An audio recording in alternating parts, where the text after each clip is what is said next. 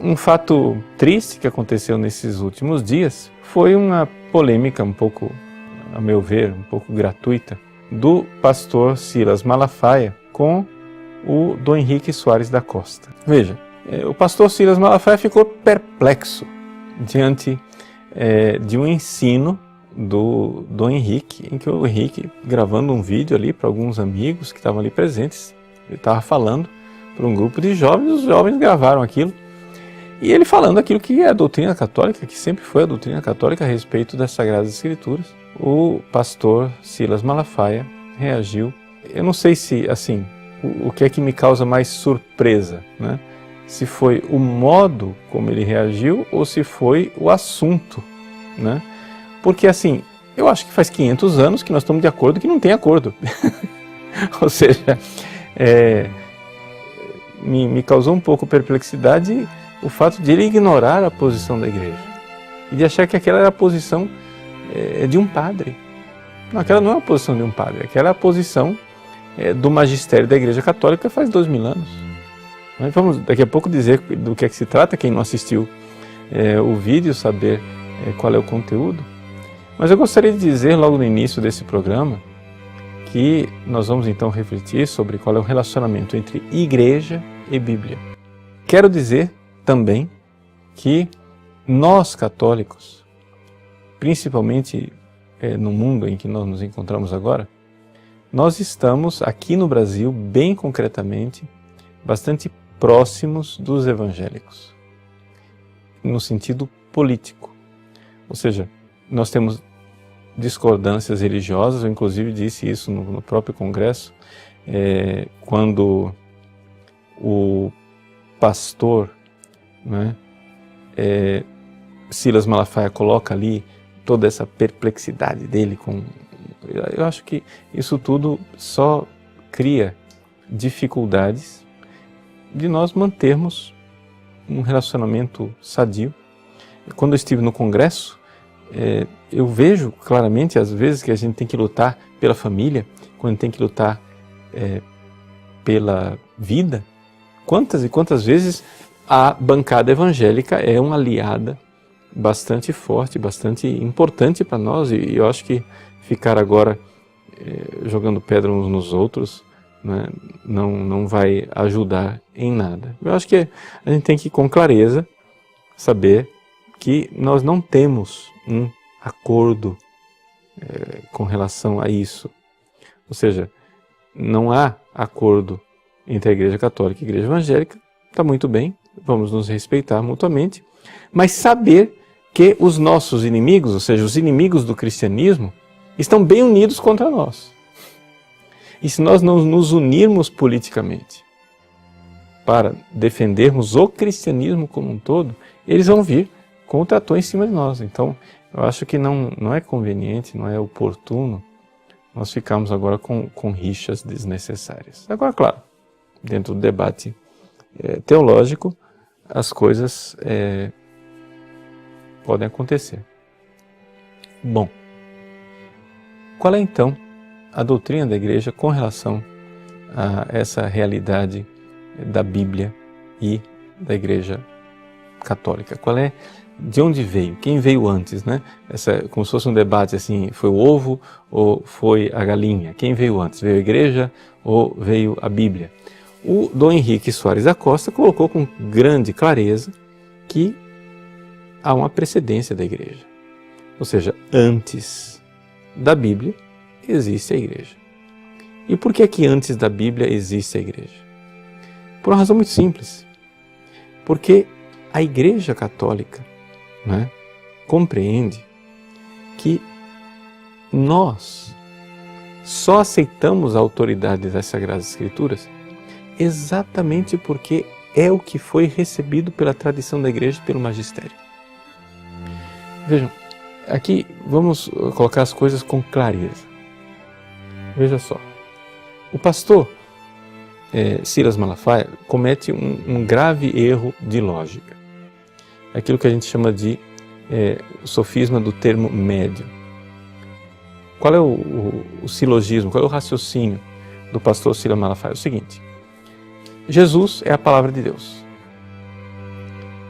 Jesus é anterior e é mais importante do que a igreja. Conclusão, a palavra de Deus é anterior e mais importante do que a igreja. Sim, só que acontece o seguinte, o problema é que uma vez você considera a palavra de Deus como sendo o Verbo eterno, a segunda pessoa da Santíssima Trindade, e outra vez você considera a palavra de Deus como um livro, as Sagradas Escrituras. Ora, é evidente que isso aqui é um sofisma. É evidente que todos os católicos estão de acordo com os evangélicos quando nós dizemos que a palavra de Deus, a segunda pessoa da Santíssima Trindade, que se encarnou, é muito mais importante do que a igreja, porque ele é a cabeça da igreja, ele é a origem da igreja, e sem Jesus Cristo não haveria igreja. Sem a palavra de Deus não haveria igreja. Mas não estamos discutindo a respeito da palavra de Deus. Se você for prestar atenção no vídeo do Dom Henrique, o Dom Henrique não usa a expressão palavra de Deus, ele usa Bíblia, ele usa Sagrada Escritura. Não é? Portanto, não vamos aqui confundir as coisas. Não é? Ou seja, a igreja ela nasce da palavra de Deus, porque a palavra de Deus é uma pessoa. Essa pessoa é Jesus Cristo. Então a igreja nasce da palavra de Deus, que é Jesus Cristo. Ele é o esposo da igreja. E, portanto, a igreja divina, né, que saiu do peito aberto de Cristo, como Eva saiu, né, do lado de Adão, a igreja, ela realmente tem essa realidade de dependência do Cristo. Mas acontece que Jesus morreu, ressuscitou, subiu aos céus, enviou o Espírito Santo, veio à igreja em Pentecostes e Jesus não deixou nenhuma linha escrita. Eu tenho aqui uma cópia grega, original grego, do Novo Testamento. Aqui estão, nesse livrinho aqui, estão os 27 livros do Novo Testamento. O que está aqui é totalmente, absolutamente igual, tanto para os católicos como para os protestantes. Não há nenhuma discussão a respeito dos 27 livros do Novo Testamento. Tanto católico como protestante aceitamos os 27 livros do Novo Testamento. Portanto, eu vou deixar de lado a discussão a respeito do Antigo Testamento. Por quê? Porque nós, católicos, pegamos uma lista que é mais parecida com a lista da Septuaginta e os protestantes pegaram a lista judaica. Não vamos entrar nessa discussão aqui. Quem quiser entrar nessa discussão, nós temos uma aula do Catecismo da Igreja Católica no nosso site, aula número 14, quem quiser entre lá, e eu irei mostrar detalhadamente a história da lista dos livros da Bíblia. Aqui eu estou procurando um atalho, porque senão nós vamos ficar nessa discussão aqui sem fim. O fato, porém, vamos ficar aqui. Vamos resumir a nossa conversa aqui, né? Para você católico ficar sabendo. Estes 27 livros que estão aqui, para nós católicos, são idênticos aos 27 livros das Bíblias protestantes. Estamos falando só do Novo Testamento. Ora, quando Jesus subiu aos céus, ele não deixou uma linha escrita. A única notícia que nós temos que Jesus escreveu alguma coisa foi na esplanada do templo, em que ele traçou na areia alguma coisa lá, mas aí o vento levou, pronto, acabou. O que Jesus escreveu, nós não temos. Portanto, o que nós temos é um livro que não foi escrito por Jesus. Esse livro foi escrito por autores sagrados, que nós costumamos chamar de hagiógrafos. Por exemplo, o primeiro livro que está aqui, a tradição diz que foi escrito por Mateus. Katamataion, é o primeiro evangelho. O segundo evangelho foi escrito por Marcos. Katamarkon, segundo Marcos. O terceiro, escrito por Lucas. Katalukan. O quarto, e assim por diante, né? Ioannem e aí vai até os 27 livros, até chegarmos no Apocalipse. Pergunta: quem disse que esses 27 livros são os livros inspirados por Deus? Jesus não foi, porque não tinha nenhum escrito quando Jesus estava aqui nesse mundo. Ok? Quem foi que disse? Ah, não, isso foi uma inspiração divina, não foi nenhuma autoridade humana quem definiu esses 27 livros, essa é a resposta que os protestantes dão. Não foi nenhuma autoridade humana, foi a inspiração divina. Sim, mas a inspiração divina inspirou quem? Quem? As pedras, as flores do campo, as árvores, os chimpanzés da África? A inspiração divina inspirou quem? Ah, foi uma unanimidade. Não é a verdade histórica. O pastor Silas Malafaia, me desculpe, o senhor perde até um pouco assim a moderação e diz, porque quando o povo descobrir a palavra... Bom, o povo tem acesso à palavra. As Bíblias estão aí nas bibliotecas, nas livrarias, quase toda casa tem uma Bíblia. O povo não precisa descobrir a Bíblia. O que o povo precisaria descobrir é a história da Bíblia, e é isso que está escondido do povo.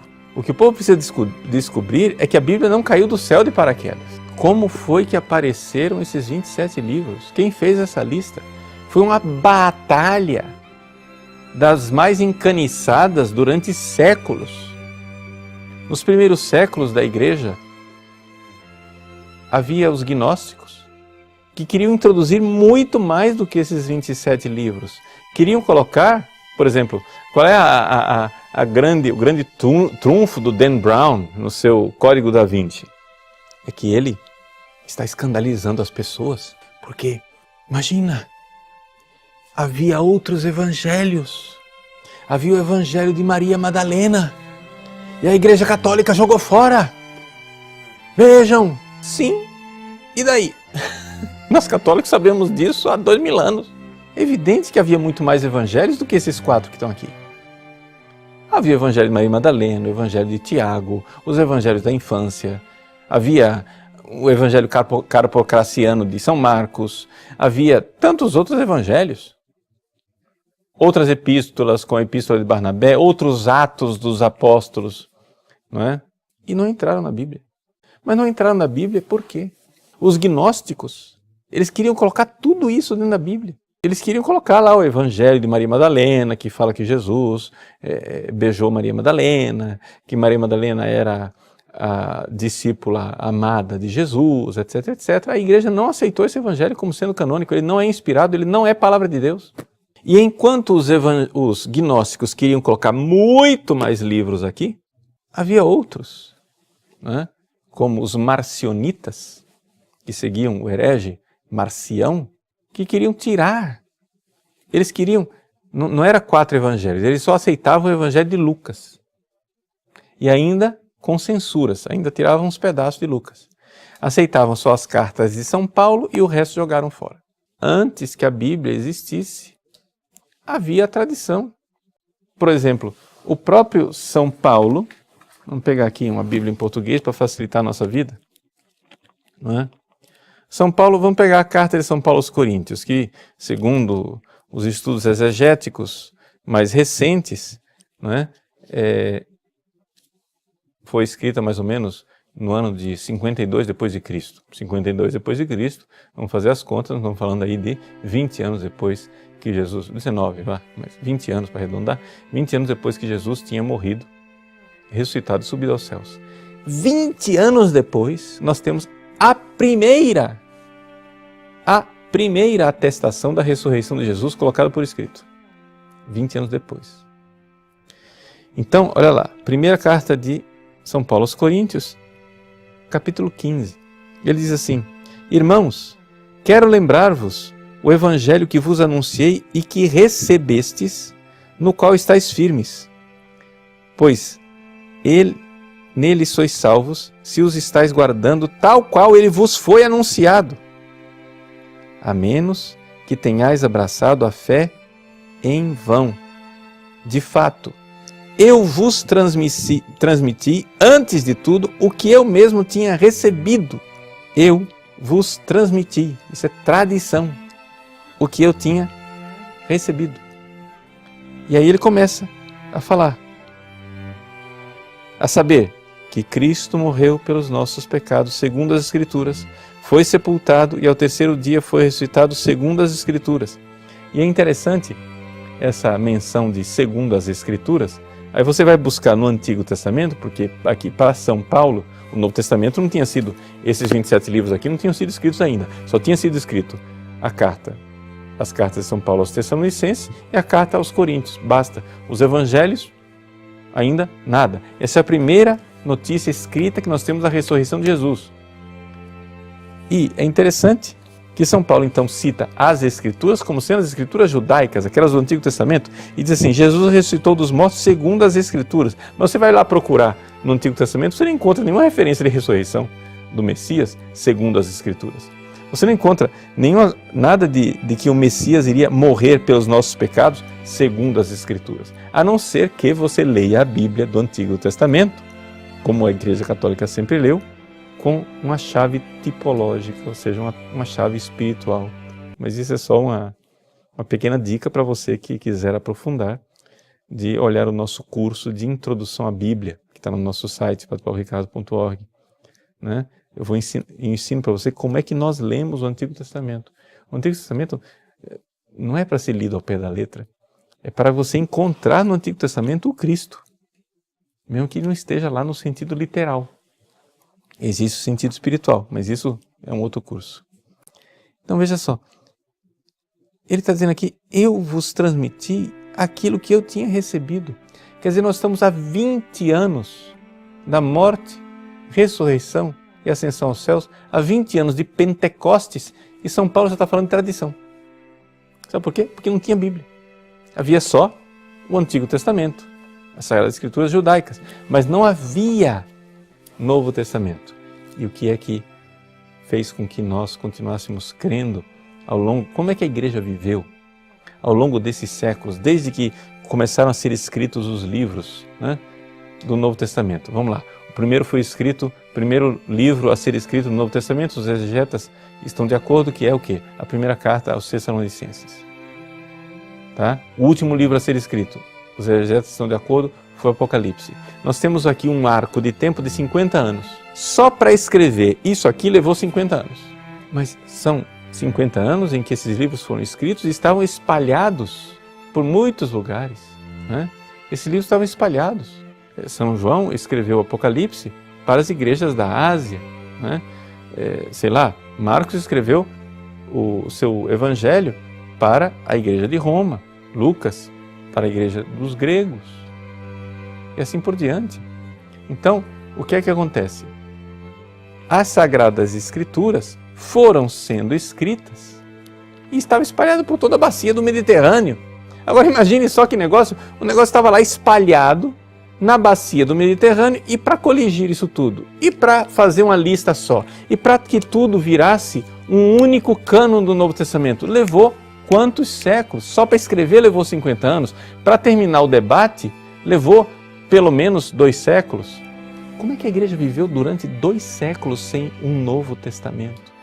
Já se perguntou isso? Ou seja, nós estamos falando aqui da época de ouro, da época dos mártires, da época da igreja em que os mártires verdadeiramente derramaram seu sangue. Gente, a igreja dos mártires não tinha o Novo Testamento como nós o conhecemos. Tinha fragmentos, tinha um livro aqui, outro lá, espalhado. Já parou para pensar nisso? Ora, se é assim, se a igreja no seu albor, se a igreja no seu início, se a igreja no seu momento mais próximo da fonte, se a igreja com aqueles luminares de santidade que eram os mártires, se a igreja com tantos e tantos, centenas, milhares de cristãos derramando seu sangue por fidelidade a Cristo, não tinha uma Bíblia para ler. Do que é que vivia esta igreja? Vivia da palavra de Deus. Mas a palavra de Deus não é a Bíblia. A palavra de Deus é o Cristo. esse princípio da sola escritura, ele é tão alheio à tradição e à história da igreja, que ninguém jamais poderia sequer pensar de dizer a Bíblia é o único critério da fé, antes de acontecer um fenômeno que aconteceu antes do nascimento de um rapaz chamado Martinho Lutero.